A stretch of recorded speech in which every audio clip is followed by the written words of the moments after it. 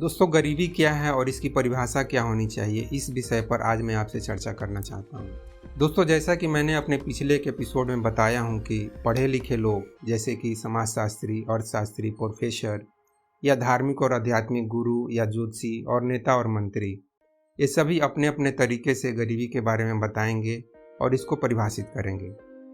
साथ ही दोस्तों, कुछ लोग गरीबी के बारे में गूगल से डाटा लेकर और उसे हमें सुनाकर अपने ज्ञान का परिचय देंगे। गरीबी को मापने का अलग अलग देशों में क्या पैमाना है, गरीबी रेखा क्या है, कहाँ कितनी गरीबी है, इसके बारे में पूरे विस्तार से हमें आंकड़े सुनाएंगे और एक लंबा चौड़ा भाषण और स्पीच देंगे।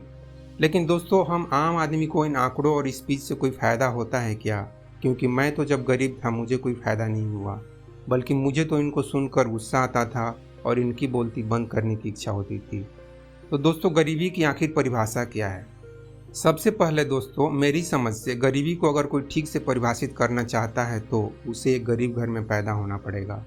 वह खुद अपनी मर्जी से पैदा हो या भगवान की मर्जी से, यह बात आदमी आदमी पर निर्भर करता है।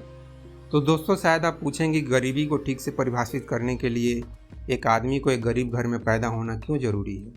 वो इसलिए दोस्तों, क्योंकि एक गरीब घर में पैदा होने पर इससे पहले कि आप गरीबी को परिभाषित करें, गरीबी आपको परिभाषित करना शुरू करेगी।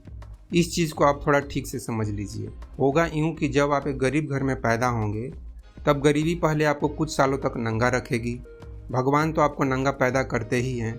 गरीबी आपको कुछ और सालों तक नंगा रखेगी और फिर गर्मी की लहलहाती धूप में आपको तपाएगी, बरसात में नहलाएगी और जाड़े में ठुठुराएगी। जहाँ तहाँ आपसे मजदूरी कराएगी, खेतों में काम कराएगी, होटल में बर्तन धुलवाएगी और ऐसे कितने सालों तक आपको तप और कष्ट कराएगी, यह आपकी बुद्धि और काबिलियत पर निर्भर करता है। और आप चाहे दुनिया के सबसे ज़्यादा चालाक, जुगाड़ू और 30 मार खां क्यों न हो, कम से कम आपको भी 15-16 साल तो लग ही जाएंगे गरीबी से छुटकारा पाने में। तो दोस्तों, इस तरह से आपको तप और कष्ट कराते हुए गरीबी आपसे बार बार आपका परिचय पूछेगी, आपकी हैसियत और औकात पूछेगी। आप कितने चालाक और जुगाड़ू हो, दिखाओ मुझे भी थोड़ी अपनी चालाकी और औकात।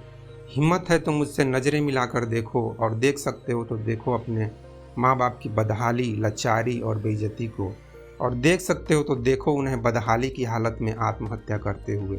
दिखाओ अपनी हिम्मत, काबिलियत और औकात। वही दिखाने के लिए तो तुम्हें गरीबी में पैदा किया गया है।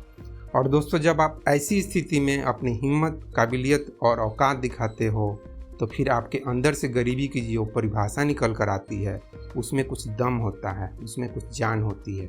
और इसलिए दोस्तों, मैं कहता हूँ कि गरीबी को अगर ठीक से परिभाषित करना है तो एक गरीब घर में पैदा होना बहुत ज़रूरी है।